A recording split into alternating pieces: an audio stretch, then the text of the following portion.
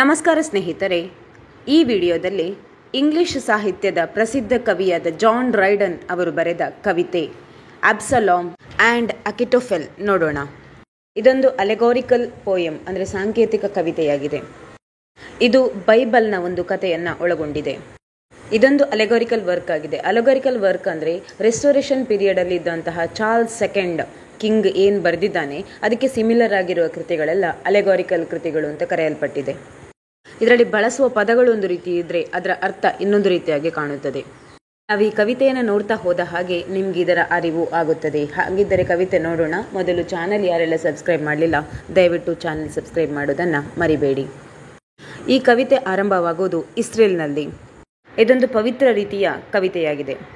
ಧರ್ಮಗಳಲ್ಲಿ ಮಹಿಳೆಗೆ ಒಂದು ಮದುವೆಗೆ ಮಾತ್ರ ಅವಕಾಶವಿದ್ದು ಆಕೆ ಇನ್ನೊಂದಷ್ಟು ಮದುವೆಗಳನ್ನು ಆಗುವಂತಿಲ್ಲ. ಅದೇ ಪುರುಷನಿಗೆ ಎಷ್ಟು ಬೇಕಾದರೂ ಮದುವೆ ಆಗುವ ಅವಕಾಶಗಳಿದೆ. ಈ ಕವಿತೆ ಇಸ್ರೇಲ್ನ ರಾಜ ಡೇವಿಡ್ ಕುರಿತಾಗಿದೆ. ಆತ ಒಬ್ಬ ಪ್ರಸಿದ್ಧ ವ್ಯಕ್ತಿಯಾಗಿದ್ದ. ಆತನ ಪತ್ನಿಯ ಹೆಸರು ಮಿಷಿನ್. ಅವನಿಗೆ ಅವನ ಪತ್ನಿಯ ಹೊರತುಪಡಿಸಿ ಒಂದಷ್ಟು ಸಂಬಂಧಗಳಿತ್ತು ಮತ್ತು ಅನೇಕ ಮಕ್ಕಳು ಇದ್ದರು. ಆ ಮಕ್ಕಳು ರಾಯಲ್ ಆಗಿ ರಾಜಮನೆತನಕ್ಕೆ ಒಳಪಟ್ಟವರಲ್ಲ ಹಾಗೂ ಹಕ್ಕಿನಿಂದ ಸಿಂಹಾಸನದ ಅಧಿಕಾರವನ್ನು ಪಡೆಯುವಂತಿಲ್ಲ. ಆ ಮಕ್ಕಳು ಯಾರೂ ಅವನ ಲೀಗಲ್ ಮಕ್ಕಳು ಆಗಿರಲಿಲ್ಲ. ಅಂತಹ ಮಕ್ಕಳಲ್ಲಿದ್ದ ಒಬ್ಬ ಹುಡುಗನೇ ಅಬ್ಸಲಾಮ್. ಅಬ್ಸಲಾಮ್ ಮೇಲೆ ಡೇವಿಡ್ಗೆ ಬಹಳ ಪ್ರೀತಿ ಇತ್ತು. ಅಬ್ಸಲಾಮ್ಗೂ ಅಷ್ಟೇ ಡೇವಿಡ್ ಅಂದರೆ ಬಹಳ ಇಷ್ಟವಿತ್ತು. ಅವನು ತುಂಬ ಹ್ಯಾಂಡ್ಸಮ್ ಆಗಿದ್ದ, ತುಂಬ ಸ್ಟ್ರಾಂಗ್ ಪರ್ಸನ್, ತುಂಬ ಧೈರ್ಯವಂತ ವ್ಯಕ್ತಿಯಾಗಿದ್ದ. ಹಾಗೆ ಇನ್ನೊಂದು ದೇಶದ ಒಟ್ಟಿಗೆ ಯುದ್ಧ ಮಾಡಬೇಕಾದ್ರೆ ತಾನು ಸೈನಿಕನಂದೇ ವರ್ಕ್ ಮಾಡ್ತಿದ್ದ. ಇವನನ್ನು ಕಂಡರೆ ಜನಗಳಿಗೂ ತುಂಬ ಪ್ರೀತಿ ಇತ್ತು. ಅದೇ ಸಮಯದಲ್ಲಿ ಇಸ್ರೇಲ್ನಲ್ಲಿ ಜ್ಯೂಸ್ ಜನಾಂಗದವರು ತುಂಬ ಜನ ಇದ್ದರು. ಜ್ಯೂಸ್ ಜನರು ಕೂಡ ಅಬ್ಸಲಾಮನ್ನು ಇಷ್ಟಪಡುತ್ತಿದ್ದರು. ಡೇವಿಡ್ಗೆ ಇದನ್ನೆಲ್ಲ ಕಂಡು ತುಂಬ ಹೆಮ್ಮೆ ಅನಿಸುತ್ತಿತ್ತು. ನನ್ನ ಮಗನಿಗೆ ಸಮಾಜದಲ್ಲಿ ಇಷ್ಟೊಂದು ಗೌರವ ಸಿಗುತ್ತಿದೆಯಲ್ಲ ಎಂದು. ಅವನು ತನ್ನ ಮಗನ ಯಶಸ್ಸಿನ ದಿನಗಳನ್ನು ನೋಡಲಿಕ್ಕೆ ಕಾತರದಿಂದ ಕಾಯ್ತಾ ಇದ್ದ. ಡೇವಿಡ್ನ ರಾಜ್ಯದಲ್ಲಿ ಶಾಂತಿ ಇತ್ತು. ಆದರೆ ಜ್ಯೂಸ್ ಜನರಿಗೆ ತುಂಬ ಸಮಸ್ಯೆಗಳಿದ್ದವು. ಅವರಿಗೆ ಸ್ವಾತಂತ್ರ್ಯ ಬೇಕಿತ್ತು, ಬದುಕುವ ಹಕ್ಕು ಬೇಕಿತ್ತು. ಅದಕ್ಕಾಗಿ ರಾಜನ ವಿರುದ್ಧ ಹೋರಾಡುತ್ತಿದ್ದರು. ಅಲ್ಲಿಯ ನೇಟಿವ್ ಜನರು ಜೆಬುಸೈಟ್ಸ್, ಅವರು ಡೇವಿಡ್ನ ಫಾಲೋವರ್ಸ್ ಆಗಿದ್ದರು. ಇದರಿಂದಾಗಿ ಜ್ಯೂಸ್ ಜನಗಳ ಹಕ್ಕನ್ನೆಲ್ಲ ಕಿತ್ತುಕೊಳ್ಳಲಾಗಿತ್ತು. ಅವರ ಮೇಲೆ ತುಂಬ ಸುಂಕಗಳನ್ನು ವಿಧಿಸಲಾಗಿತ್ತು. ಅವರ ಜಮೀನುಗಳನ್ನು ಕಿತ್ತುಕೊಳ್ಳಲಾಗಿತ್ತು. ಅವರ ಧರ್ಮ, ಅವರ ದೇವರುಗಳನ್ನು ಅಪಮಾನ ಮಾಡಲಾಗಿತ್ತು. ಜೆಬುಸೈಟ್ಸ್ಗೆ ತುಂಬ ತೊಂದರೆಗಳಾಗುತ್ತಿತ್ತು. ಆದರೆ ಜ್ಯೂಸ್ ಪೀಪಲಿಗೆ ಎಲ್ಲ ಫೆಸಿಲಿಟಿಗಳು ಸಿಗ್ತಾ ಇತ್ತು. ಇದರಿಂದ ಜೆಬುಸೈಟ್ಸ್ಗಳು ಯೋಚನೆ ಮಾಡ್ತಾರೆ ಏನಂದರೆ, ಸರ್ಕಾರದ ಎಲ್ಲ ಇಲಾಖೆಗಳಲ್ಲೂ, ರಾಜ್ಯದ ಎಲ್ಲ ಇಲಾಖೆಗಳಲ್ಲೂ ನಮ್ಮ ಜನರಿರಬೇಕು, ನಮಗೆ ಫೇವರ್ ಆಗುವಂತೆ ಇರಬೇಕು. ಆದರೆ ಜೆಬುಸೈಟ್ಸ್ನ ಈ ಪ್ಲ್ಯಾನ್ ಸಕ್ಸಸ್ ಆಗೋದಿಲ್ಲ. ಇನ್ನು ಅವರು ಕಿಂಗ್ ಡೇವಿಡ್ನ ವಿರುದ್ಧ ಯುದ್ಧ ಮಾಡುವ ಯೋಚನೆ ಮಾಡುತ್ತಾರೆ. ಕೆಲವರು ಡೇವಿಡ್ನ ಗೌರ್ಮೆಂಟ್ನಲ್ಲಿದ್ದ ಜನಗಳೇ ಜೆಬುಸೈಟ್ಸ್ನ ಟೀಮಿಗೆ ಸಪೋರ್ಟ್ ಮಾಡ್ತಾ ಅವರ ಯುದ್ಧಕ್ಕೆ ಸಹಕಾರಿಗಳಾಗಿದ್ದರು. ಅವರಲ್ಲಿದ್ದ ಒಬ್ಬ ವ್ಯಕ್ತಿ ಅಂದರೆ ಅಕಿಸ್ಟೋಫೆಲ್. ಇವನು ಕಿಂಗ್ ಡೇವಿಡ್ನ ಸಲಹೆಗಾರನಾಗಿದ್ದ. ಅವನಿಗೆ ಸಲಹೆ ಸೂಚನೆಗಳನ್ನು ನೀಡುತ್ತಿದ್ದ. ತುಂಬ ಇನ್ಫ್ಲೂಯೆನ್ಷಿಯಲ್ ಆಗಿದ್ದ, ಆ್ಯಂಬಿಷಿಯಸ್ ಆಗಿದ್ದ, ತುಂಬ ಸ್ಮಾರ್ಟ್ ಆಗಿದ್ದ, ಹಾರ್ಡ್ ವರ್ಕಿಂಗ್ ಆಗಿದ್ದ, ತುಂಬ ಪವರ್ನ ಕಡೆ ಆ್ಯಂಬಿಷಿಯಸ್ ಆಗಿದ್ದ, ಪವರ್ ಸಿಗಲೇಬೇಕು ಅಂತ ಹಠ ಕೊಟ್ಟಿದ್ದ, ಫ್ಲೆಕ್ಸಿಬಲ್ ಮೋರಲ್ ಇದ್ದಂತಹ ವ್ಯಕ್ತಿಯಾಗಿದ್ದ. ಪೂರ್ಣ ಸರ್ಕಾರವನ್ನು ಟೇಕ್ ಓವರ್ ತೆಗೆದುಕೊಂಡು ತಾನೇ ಕಿಂಗ್ ಆಗಬೇಕು ಅನ್ನುವ ಯೋಚನೆ ಅವನದಾಗಿತ್ತು. ಹಾಗಾಗಿ ಕಿಂಗ್ ಡೇವಿಡ್ನ ಜೊತೆ ಸೇರಿಕೊಂಡೇ ಅವನ ರಾಜ್ಯವನ್ನು ಒಂದೊಂದಾಗಿ ಒಂದು ಕಡೆಯಿಂದ ಡಿಸ್ಟ್ರಾಯ್ ಮಾಡಿಕೊಂಡು ನಾಶ ಮಾಡಿಕೊಂಡು ಬರ್ತಾ ಇದ್ದ. ಅವನು ಕಿಂಗ್ ಡೇವಿಡ್ನೊಂದಿಗೆ ದೋಸ್ತಿಯ ನಾಟಕ ಮಾಡುತ್ತಿದ್ದ. ನಾನು ಇದನ್ನೆಲ್ಲ ಜನರ ಹತ್ರ ಹೋಗಿ ಹೇಳಿದರೆ ನನಗೆ ಏನೂ ರಿಪ್ಲೈ ಸಿಗಲಿಕ್ಕಿಲ್ಲ ಅಂತ ಹೇಳಿ ಅವನು ಡೇವಿಡ್ನ ಮಗನಾದ ಅಬ್ಸಲಾಮನ್ನು ಯೂಸ್ ಮಾಡಲಿಕ್ಕೆ ನೋಡ್ತಾನೆ. ಅಬ್ಸಲಾಮ್ ಇಸ್ರೇಲ್ಗೆ ಹೋಗಿ, ನನ್ನ ತಂದೆ ಡೇವಿಡ್ ಒಬ್ಬರು ಜೆಬುಸೈಟ್ ಆಗಿದ್ದಾರೆ, ಅವರನ್ನು ಪಟ್ಟದಿಂದ ಕೆಳಗಿಳಿಸಬೇಕು ಅಂತೇಳಿ ಆ ಜನರಿಗೆ ಹೇಳಬೇಕು. ತನ್ಮೂಲಕ ಆ ಜನರನ್ನು ಒಟ್ಟುಗೂಡಿಸಿ ಡೇವಿಡ್ನನ್ನು ಕೆಳಗಿಳಿಸಬೇಕು ಅನ್ನೋದು ಪ್ಲ್ಯಾನ್ ಆಗಿತ್ತು. ಅಲ್ಲಿಯ ಜನತೆ ಕೂಡ ಹಾಗಿದ್ದರು. ಕೆಲವು 20-30 ವರ್ಷಗಳಿಗೊಂದ್ಸಲ ನಮ್ಮ ಹೊಸ ಕಿಂಗನ್ನು ನೇಮಕ ಮಾಡಿಕೊಳ್ಳುತ್ತಿದ್ದರು. ಅಕಿಸ್ಟೋಫೆಲ್ ಪುನಃ ಯೋಚಿಸ್ತಾನೆ, ಈ ನನ್ನ ಪ್ಲ್ಯಾನ್ ಚೆನ್ನಾಗಿದೆ, ಇದು ವರ್ಕ್ ಆಗ್ಬೋದು. ಅಕಿಸ್ಟೋಫೆಲ್ಗೆ ಗೊತ್ತಾಯಿತು, ನಾನು ರಾಜನಾಗೋದು ಸಾಧ್ಯವಿಲ್ಲ, ಯಾಕಂದರೆ ಅಬ್ಸಲಾಮ್ ಇದ್ದಾನೆ, ಅವನು ರಾಜನಾಗಬಹುದು. ಅಕಿಸ್ಟೋಫೆಲ್ ಕೂಡ ಜನರ ಮಧ್ಯಕ್ಕೆ ಹೋಗಿಕೊಂಡು, ಅಬ್ಸಲಾಮ್ ತುಂಬ ಒಳ್ಳೆಯ ಹುಡುಗ, ಅವನು ಜ್ಯೂಸ್ಗಳಿಗೆಲ್ಲ ಸಪೋರ್ಟ್ ಮಾಡ್ತಾನೆ, ಅವರ ಕಡೆ ಇದ್ದಾನೆ ಎಂದೆಲ್ಲ ಹೇಳಿ ಜನತೆಯಲ್ಲಿ ಅವನ ಗೌರವವನ್ನು ಇನ್ನೂ ಹೆಚ್ಚಿಸಿದರು. ಅವನು ಮೊದಲೇ ತುಂಬ ಗೌರವವನ್ನು ಪಡೆದಿದ್ದ, ಪ್ರೀತಿಯನ್ನು ಸಂಪಾದಿಸಿದ್ದ, ಇನ್ನೂ ಹೆಚ್ಚಿನ ಹಂತಕ್ಕೆ ಇವನು ಕೊಂಡೊಯ್ಯಿಸ್ತಾನೆ. ಜನತೆಗೂ ಕೂಡ ಡೇವಿಡನ್ನು ಹೊರತುಪಡಿಸಿ ಹೊಸ ರಾಜನ ಅವಶ್ಯಕತೆ ಇತ್ತು. ಅದಕ್ಕಾಗಿ ಅವರು ಕೇಳ್ತಾನೆ ಇದ್ರು, ನಮಗೆ ಹೊಸ ರಾಜ ಬೇಕು.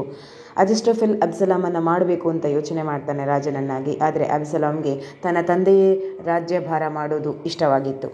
ಅಬ್ಸಲಾಮ್ಗೆ ತನ್ನ ತಂದೆಯನ್ನು ಕೆಳಗಿಳಿಸಿ ತಾನು ರಾಜನಾಗೋದು ಇಷ್ಟವಿರಲಿಲ್ಲ. ಅವನು ಜನತೆಯ ಜೊತೆ ಹೇಳ್ತಾ ಇದ್ದ, ನನ್ನ ತಂದೆ ಒಬ್ಬ ಒಳ್ಳೆಯ ವ್ಯಕ್ತಿ, ಒಳ್ಳೆಯ ರಾಜ, ಅವನು ಕೈಂಡ್ ಆಗಿದ್ದಾನೆ, ಜನರ ಪ್ರೀತಿಯನ್ನು ಸಂಪಾದಿಸಿದ್ದಾನೆ, ಜನರ ಮಾತಿಗೆ ರೆಸ್ಪೆಕ್ಟ್ ಕೊಡ್ತಾನೆ, ಜನರ ಬೇಡಿಕೆಗಳನ್ನು ಈಡೇರಿಸ್ತಾನೆ, ಹೀಗೆಲ್ಲ ಜನರ ಜೊತೆ ಆಡುತ್ತಿದ್ದ. ಅಬ್ಸಲಾಮ್ ತನ್ನ ಮಾತನ್ನು ಮುಂದುವರಿಸ್ತಾ ಹೇಳ್ತಾನೆ, ನನಗೆ ಜೀವನದಲ್ಲಿ ಏನೆಲ್ಲ ಬೇಕು ಅಂತ ಅನ್ನಿಸ್ತಿತ್ತು ಅದೆಲ್ಲವನ್ನು ನನಗೆ ಕಿಂಗ್ ಡೇವಿಡ್ ಕೊಟ್ಟಿದ್ದಾರೆ. ನಾನು ರಾಯಲ್ ಬ್ಯಾಕ್ಗ್ರೌಂಡಿನವನ ಅಲ್ಲ, ನಾನು ರಾಜ್ಯದ ಅಧಿಕಾರವನ್ನು ಪಡೆಯುವ ಯಾವ ಅರ್ಹತೆಯನ್ನು ಪಡೆದಿಲ್ಲ. ನನಗೆ ಗೊತ್ತಿದೆ ನನಗೆ ಆ ರಾಜ್ಯಭಾರ ಸಿಗೋದಿಲ್ಲ ಅನ್ನೋದು ಗೊತ್ತಿದೆ. ಹಾಗಿರುವಾಗ ನಾನು ಅದನ್ನು ಆಸೆ ಪಡುವುದಿಲ್ಲ ಅಂತ ಅಬ್ಸಲಾಮ್ ಹೇಳ್ತಾನೆ. ಈಗ ಅಬ್ಸಲಾಮ್ಗೆ ಅರ್ಥ ಆಯಿತು, ಡೇವಿಡ್ನ ಹಿಂದುಗಡೆ, ಅವನ ಈ ಎಲ್ಲ ಕೆಲಸದ ಹಿಂದುಗಡೆ ಅವನ ತಮ್ಮ ಇದ್ದಾನೆ. ಅವನು ಒಳ್ಳೆಯ ವ್ಯಕ್ತಿಯಾಗಿರಲಿಲ್ಲ. ಅವನ ಬಗ್ಗೆ ಅಬ್ಸಲಾಮ್ ಕೂಡ ಒಳ್ಳೆಯ ಒಪಿನಿಯನ್ ಇರಲಿಲ್ಲ. ಅಕಿಸ್ಟೋಫೆಲ್ಗೆ ಗೊತ್ತಾಗುತ್ತದೆ, ಅಬ್ಸಲಾಮ್ ಇನ್ನೂ ಕೂಡ ತನ್ನ ತಂದೆ ಡೇವಿಡ್ನ ವಿರುದ್ಧ ಯುದ್ಧ ಸಾರುವುದನ್ನು, ರಾಜ್ಯಭಾರ ಪಡೆಯುವುದನ್ನು ಯಾವುದನ್ನು ಮಾಡ್ತಾ ಇಲ್ಲ, ಒಪ್ತಾ ಇಲ್ಲ ಅನ್ನೋದು ಗೊತ್ತಾಗ್ತದೆ. ಅಬ್ಸಲಾಮನ್ನು ಉದ್ದೇಶಿಸಿ ಹೇಳ್ತಾನೆ, ನಿನಗೆ ಇಂತಹದ್ದೆಲ್ಲ ಕ್ವಾಲಿಟಿಯನ್ನು ದೇವರು ಯಾಕೆ ಕೊಟ್ಟದ್ದು? ನಿನ್ನನ್ನು ರಾಜನನ್ನಾಗಿ ಮಾಡಲಿಕ್ಕೆ ಕೊಟ್ಟಿದ್ದಾರೆ. ಇದು ಸರಿಯಾದ ಸಮಯ ನಿನ್ನ ಶಕ್ತಿಯನ್ನು, ನಿನ್ನ ಸಾಮರ್ಥ್ಯವನ್ನು ತೋರಿಸುವಂತಹದ್ದು ಮತ್ತು ನಿನ್ನ ರಾಜ್ಯಕ್ಕೆ ಚಾಲೆಂಜ್ ಮಾಡುವಂತಹದ್ದು. ನಿನ್ನ ತಂದೆ ಡೇವಿಡ್ ರಾಜನಾಗಿದ್ದಾನೆ, ಆದರೆ ಅವನ ಒಳಗೆ ರಾಜನಾಗುವ ಯಾವುದೇ ಅರ್ಹತೆ ಇಲ್ಲ. ಅವನೊಬ್ಬ ಪರ್ಫೆಕ್ಟ್ ರಾಜನಾಗೋದು ಸಾಧ್ಯವಿಲ್ಲ. ಅಬ್ಸಲಾಮ್ ಸರಿ ಎಂದು ಹೇಳುತ್ತಾನೆ. ಡೇವಿಡ್ನ ತಮ್ಮ ಸಹೋದರನೊಬ್ಬ ಇದ್ದ, ಅವನು ರಾಜನಾಗುವುದಕ್ಕೆ ಯಾವ ರೀತಿಯಿಂದಲೂ ಲಾಯಕ ಆಗಿರಲಿಲ್ಲ. ಅಜಿಸ್ಟೋಫೆಲ್ ಹೇಳ್ತಾನೆ, ಜನರಿಗೆ ಅಂದರೆ ಜ್ಯೂಸ್ ಪೀಪಲಿಗೆ ನೀನು ತುಂಬ ಇಷ್ಟ ಆಗಿದ್ದಿ, ನೀನೇ ಅವರ ರಾಜ ಅಂತ ಅವರು ಒಪ್ಪಿಕೊಂಡಿದ್ದಾರೆ. ಜ್ಯೂಸ್ ಜನರ ಹತ್ರ ಒಂದು ಹಕ್ಕು ಇದೆ, ಅದೇನೆಂದರೆ ಅವರ ರಾಜನನ್ನಾಗಿ ನಿನ್ನನ್ನು ಆಯ್ಕೆ ಮಾಡುವಂತಹದ್ದು. ಅವರು ಡೇವಿಡ್ನ ಸಹೋದರನನ್ನು ಖಂಡಿತ ಒಪ್ಪಿಕೊಳ್ಳುವುದಿಲ್ಲ. ಇನ್ನು ಈ ರೀತಿಯ ಚರ್ಚೆಗಳಿಗೆ ಸರಿಯಾದ ವೇದಿಕೆ ಸಿಗುವುದಿಲ್ಲ. ಇದೇ ಒಳ್ಳೆಯ ಸಮಯ. ಜನರಿಗೂ ನಿನ್ನನ್ನು ಕಂಡರೆ ಇಷ್ಟ, ನೀನು ಜನಮೆಚ್ಚಿದ ರಾಜನಾಗಿ ಆಳ್ವಿಕೆ ಮಾಡಬಹುದು. ಅಕಿಸ್ಟೋಫೆಲ್ ಹೇಳ್ತಾನೆ ಅಬ್ಸಲಾಮ್ ಹತ್ರ, ನೀನು ನಿನ್ನ ತಂದೆಯಾದ ಡೇವಿಡ್ನೊಟ್ಟಿಗೆ ಯುದ್ಧ ಮಾಡು ಮತ್ತು ಆ ಸಿಂಹಾಸನವನ್ನು ನಿನ್ನದಾಗಿಸಿಕೊ. ಅಕಿಸ್ಟೋಫೆಲ್ ಈ ಮಧ್ಯದಲ್ಲಿ ತುಂಬ ಜನರನ್ನು ತನ್ನ ಸಂಗಡಿಗರನ್ನಾಗಿ ಸೇರಿಸಿಕೊಂಡಿದ್ದ. ಅವನು ಇನ್ನೊಂದು ಯುದ್ಧಕ್ಕೆ ತಯಾರಿ ಮಾಡ್ತಾ ಇದ್ದ. ಡೇವಿಡ್ ತನ್ನ ಕೈಯಾರೆ ತನ್ನ ಮಗನಿಗೆ ಅಧಿಕಾರವನ್ನು ಕೊಡಬೇಕು, ಅದಕ್ಕೋಸ್ಕರ ಯುದ್ಧ ಮಾಡಲಿಕ್ಕೆ ರೆಡಿಯಾಗಿದ್ದ. ಅಕಿಸ್ಟೋಫೆಲ್ನ ಸಹಚರರಲ್ಲಿ ಶೈಮ್ ಎನ್ನುವ ಒಬ್ಬ ವ್ಯಕ್ತಿ ಇದ್ದ. ಅವನು ಬಹಳ ಚಾಲಾಕಿ ವ್ಯಕ್ತಿಯಾಗಿದ್ದ. ಆತನನ್ನೇ ಕೋರ್ಟಿನಲ್ಲಿ ಮ್ಯಾಜಿಸ್ಟ್ರೇಟನನ್ನಾಗಿ ಕೂತ್ಕೊಳ್ಳಿಸಲಾಯಿತು ಮತ್ತು ಇಲ್ಲಿಗಲ್ ಆಕ್ಟಿವಿಟೀಸನ್ನೆಲ್ಲ ಲೀಗಲ್ ಮಾಡಲಾಯಿತು. ಕಿಂಗ್ ಡೇವಿಡ್ನ ಶತ್ರುಗಳು, ಕೈದಿಗಳಾಗಿ ಯಾರು ಜೈಲಲ್ಲಿರ್ತಾರೆ ಅವರನ್ನು ಹೊರಗಡೆ ಬಿಡಲಾಯಿತು ಮತ್ತು ಅವನ ಸಹಚರಗಳನ್ನು ಬೇರೆ ಬೇರೆ ಕೇಸಲ್ಲಿ ಫಿಟ್ ಮಾಡಿ ಜೈಲಿನ ಒಳಗಡೆ ಕಳಿಸಲಾಯಿತು. ಕಂಡೀಷನ್ ತುಂಬ ಕ್ರಿಟಿಕಲ್ ಆಗಿ ಹೋಗ್ತಾ ಇತ್ತು. ಡೇವಿಡ್ನ ಆಪೋಸಿಟ್ ಆಗಿತ್ತು. ಆಗ ಕೋರಾ ಎನ್ನುವ ಒಬ್ಬ ಪುರೋಹಿತ ಯಾರಿದ್ದ, ಅವನ ಮಾತನ್ನು ಸಮಾಜ ಕೇಳ್ತಾ ಇತ್ತು. ಅವನು ಕೂಡ ಇವನ ಸಪೋರ್ಟರ್ ಆಗಿ ಸೇರಿಕೊಂಡ. ಆ ಪುರೋಹಿತನ ಮಾತನ್ನು ಜನರು ಕೇಳ್ತಾ ಇದ್ರು. ಈಗ ಅಬ್ಸಲಾಮ್ ಎಲ್ಲ ಪರಿಸ್ಥಿತಿಯನ್ನು ಸರಿ ಮಾಡುವ ಜವಾಬ್ದಾರಿಯನ್ನು ಹೊತ್ತುಕೊಳ್ಳಬೇಕಾಗಿತ್ತು. ಅವನು ಜನರಲ್ಲಿ ಮನವಿ ಮಾಡ್ತಾ ಇದ್ದ, ನೀವು ಡೇವಿಡ್ನನ್ನು ನಂಬಿ, ನಾನು ನನ್ನ ತಂದೆಯನ್ನು ಪ್ರೀತಿಸ್ತಾ ಇದ್ದೇನೆ, ಹಾಗೆ ನಮ್ಮ ಕಿಂಗ್ ಡೇವಿಡ್ ಒಳ್ಳೆಯ ವ್ಯಕ್ತಿಯಾಗಿದ್ದಾನೆ ಎಂದು ಜನರಲ್ಲಿ ಹೇಳಲಿಕ್ಕೆ ಶುರು ಮಾಡಿದ. ಅವನು ಜನರಲ್ಲಿ ಕಣ್ಣೀರಿಟ್ಟು ವಿನಂತಿ ಮಾಡಲಿಕ್ಕೆ ಆರಂಭಿಸಿದ. ಜನರಲ್ಲಿ ಹೇಳಿದ, ನನ್ನಲ್ಲಿ ಕಣ್ಣೀರಿನ ಬದಲು ನಿಮಗೆ ಕೊಡಲಿಕ್ಕೆ ಏನೂ ಇಲ್ಲ, ದಯವಿಟ್ಟು ನನ್ನ ಮಾತನ್ನು ನಂಬಿ ಅಂತ ರಿಕ್ವೆಸ್ಟ್ ಮಾಡ್ತಾನೆ. ಅಬ್ಸಲಾಮ್ ತನ್ನ ತಂದೆಯ ಸಿಂಹಾಸನವನ್ನು ಉಳಿಸುವುದಕ್ಕಾಗಿ ಇಸ್ರೇಲ್ನ ದೇಶದ ಎಲ್ಲ ಭಾಗಗಳಿಗೆ ಹೋಗಿ ಜನರಲ್ಲಿ ವಿನಂತಿ ಮಾಡಿಕೊಳ್ತಾನೆ. ಆ ಜನರೆಲ್ಲ ಪ್ರೀತಿಪೂರ್ವಕವಾಗಿ ಇವನನ್ನು ಸ್ವೀಕರಿಸ್ತಾರೆ, ಇವನ ಮಾತನ್ನು ನಂಬ್ತಾರೆ, ಒಪ್ಪಿಕೊಳ್ತಾರೆ. ಜನರೆಲ್ಲರೂ ಹೇಳ್ತಾರೆ, ನಾವು ನಿಮಗೆ ಸಪೋರ್ಟ್ ಮಾಡ್ತೇವೆ, ನೀವು ಯುದ್ಧ ಮಾಡಿ ಅಂತ ಅಬ್ಸಲಾಮ್ಗೆ ಹೇಳ್ತಾರೆ. ಇಲ್ಲಿ ಕೆಲವು ಜನರು ಕಿಂಗ್ ಡೇವಿಡ್ಗೆ ಲಾಯಲ್ ಆಗಿದ್ದವರು ಅವನ ಬಳಿ ಹೋಗಿ, ನಿಮ್ಮ ಮಗ ನಿಮ್ಮ ಆಪೋಸಿಟ್ ಮಾತಾಡ್ತಾ ಇದ್ದಾನೆ, ಜನರನ್ನು ಒಟ್ಟುಗೂಡಿಸ್ತಾ ಇದ್ದಾನೆ ಅಂತ ಹೇಳಿ ಪಿತೂರಿ ಮಾಡ್ತಾರೆ. ಡೇವಿಡ್ ಜನರ ಹತ್ರ ಹೇಳ್ತಾನೆ, ನೀವು ನನ್ನ ಈ ರೂಪ ಮಾತ್ರ ನೋಡಿದ್ದೀರಿ, ನೀವು ನನ್ನ ನಿಜವಾದ ಸ್ವರೂಪವನ್ನು ನೋಡಲಿಲ್ಲ ಅಂತ ಹೇಳ್ತಾನೆ. ಯುದ್ಧ ಏನೋ ಆರಂಭವಾಯಿತು, ಆದರೆ ಯುದ್ಧ ಮಾಡೋ ಮನಸ್ಥಿತಿ ಯಾರಿಗೂ ಇರಲಿಲ್ಲ. ಹಾಗಾಗಿ ಯುದ್ಧ ಅಲ್ಲಿಗೆ ನಿಲ್ಲಿಸಲ್ಪಟ್ಟಿತು. ಜ್ಯೂಸ್ ಜನರು ಒಪ್ಪಿಕೊಳ್ತಾರೆ, ಏನಂದರೆ ಪ್ರತಿಯೊಬ್ಬ ಜ್ಯೂಸ್ ವ್ಯಕ್ತಿ ಕೂಡ ಬದುಕಬೇಕು ಅಂತಾದರೆ ಅವರ ರಾಜ ಡೇವಿಡ್ ಮಾತ್ರ ಆಗಲು ಸಾಧ್ಯ. ಇಲ್ಲಿಗೆ ಈ ಕವಿತೆ ಕೊನೆಗೊಳ್ಳುತ್ತದೆ. ಈ ಕವಿತೆಯಲ್ಲಿ ಬರುವಂತಹ ಡೇವಿಡ್ ಚಾರ್ಲ್ಸ್ ಸೆಕೆಂಡ್ ರಾಜನಾಗಿದ್ದ ಮತ್ತು ಇಸ್ರೇಲ್ನ ಜಾಗದಲ್ಲಿ ಇಂಗ್ಲೆಂಡ್ ಇದೆ, ಈಜಿಪ್ಟ್ನ ಜಾಗದಲ್ಲಿ ಫ್ರಾನ್ಸ್ ಇದೆ. ಇಲ್ಲಿ ಡೇವಿಡ್ ಚಾರ್ಲ್ಸ್ ಸೆಕೆಂಡ್ನ ಪಾತ್ರ ಮಾಡ್ತಾ ಇದ್ದ. ಅವನ ಇಲ್ಲೀಗಲ್ ಮಗ ಅಬ್ಸಲಾಮ್ ಡ್ಯೂಕ್ ಆಫ್ ಮನ್ಮೌತ್ ಆಗಿದ್ದ. ಅರ್ಲ್ ಆಫ್ ಸಾಫ್ಟ್ಸ್ಬೆರಿ ಎನ್ನುವ ವ್ಯಕ್ತಿಗೆ ಅಕಿಸ್ಟೋಫೆಲ್ ಎಂದು ಕರೆಯಲಾಗಿದೆ. ಇಲ್ಲಿಗೆ ಈ ಕವಿತೆಯ ಕನ್ನಡ ವಿವರಣೆ ಮುಗಿಯಿತು. ಈ ವಿವರಣೆ ನಿಮ್ಗೆ ಇಷ್ಟ ಆಗಿದೆ ಅಂದ್ಕೊಳ್ತೇನೆ.